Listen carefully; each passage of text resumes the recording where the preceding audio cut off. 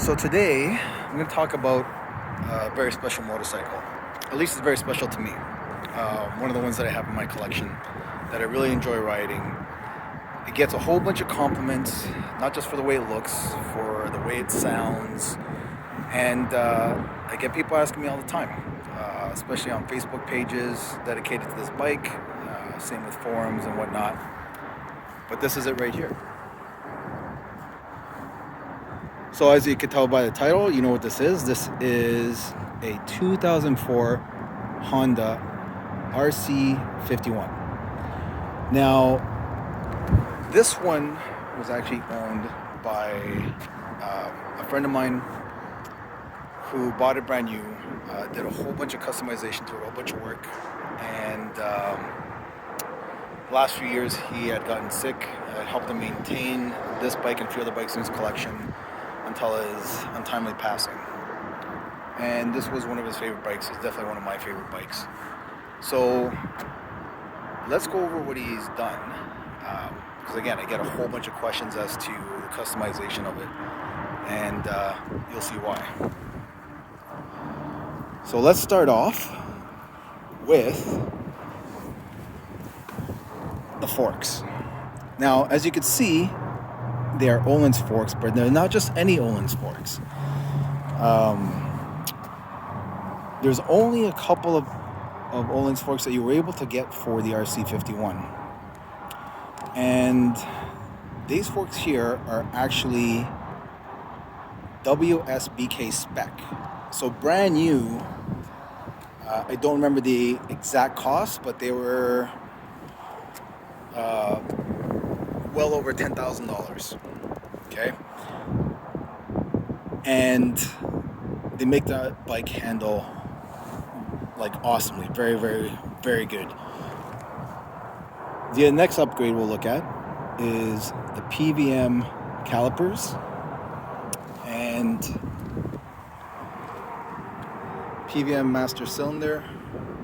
That also includes the clutch, the hydraulic clutch as well. I love this bike because it's butter smooth to shift and rides really, really well.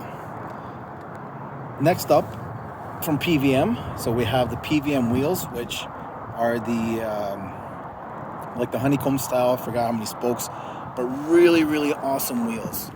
I can't say enough good things about these things. They're super light, super good looking, and they just really set off the bike like really well. Full floating rotors, and I can't tell you what a difference these floating rotors make. Spin the wheel, it just spins to eternity until you actually stop it. Really smooth ride. Sorry about all the dirt, I didn't get a chance to clean it up, but regardless, just awesome. Then let's look at the triple tree. So next thing that was done was Harris Performance triple tree clamps,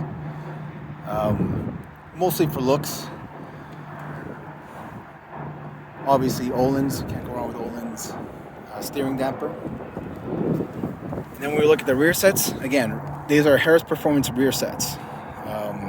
Obviously stainless steel rear line for front and back.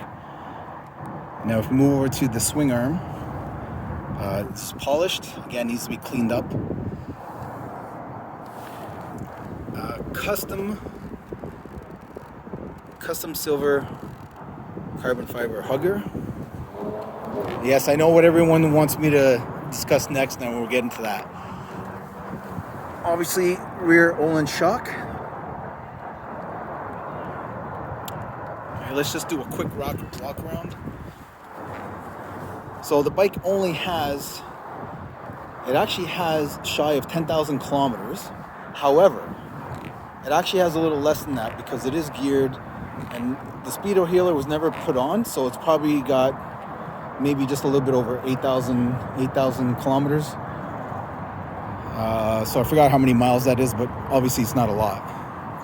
Now this is the part that everyone really wants to know about is the rear exhaust, because everyone knows You know, the V-twin has the twin exhaust coming from the sides, but this is a custom job. Now, before everyone starts asking me where it was done, unfortunately, I don't recall the place. The bike was shipped off somewhere, I want to say in New York State, but I don't remember the name of the place where it got sent off to. And they did a wonderful job. So if you start trying to get down here, I know it's kind of hard to see, of the actual piping and how it routes. Okay. Again, apologies for the dirtiness, but it is super, super clean. They did a really awesome job on the piping, and I can't tell you enough how good it sounds. Now let's take a quick look. Let's take a quick look at what had to be done. Sorry, I have one hand trying to do this all with one hand.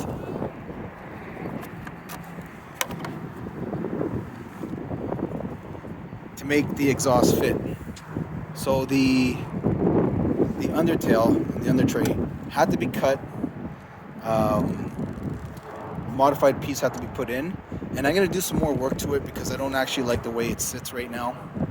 Obviously, power commander. This is where the battery sits, and it's just on there with Velcro. Same with the relays. Now, let's take a quick look also. If you're looking for taillights and turn signals, they were actually integrated, made them integrated into the actual tail section. They're not overly bright, so I might actually change that to make them brighter, but they work well enough, and they really clean up the rear end, as you can see, very well. So let's just take a step back and take a look. Okay, let's do a nice little walk around.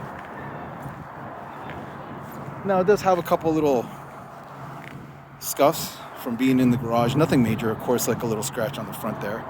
Other than that, really nothing. Like, this bike is just fantastic.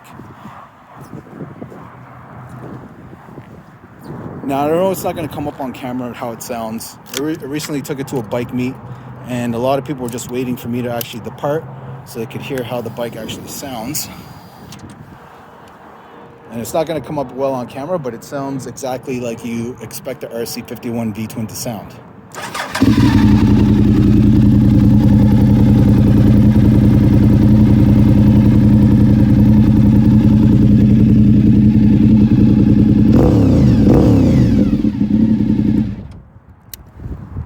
Now the sound is like, when you get on the throttle, it just cracks like thunder. But then once it gets into transition and you start getting on the gas, it smoothens out. It's not obnoxious. It's not overly loud. It just sounds just right. Not sure what else to really say about it. It's just, you see the way it is, and you see how beautiful it looks. And again, just get a lot of compliments on it. And one of my more favorite bikes in my collection. Really love this thing, and yeah, just wanted to share it with everyone else. I know there's a lot of other enthusiasts for the RC51, and rightfully so. I almost feel like I want to pick up another one just to play around and do another different type of customization on it. But this is my baby. It's my little girl. Love it. Cheers, everyone.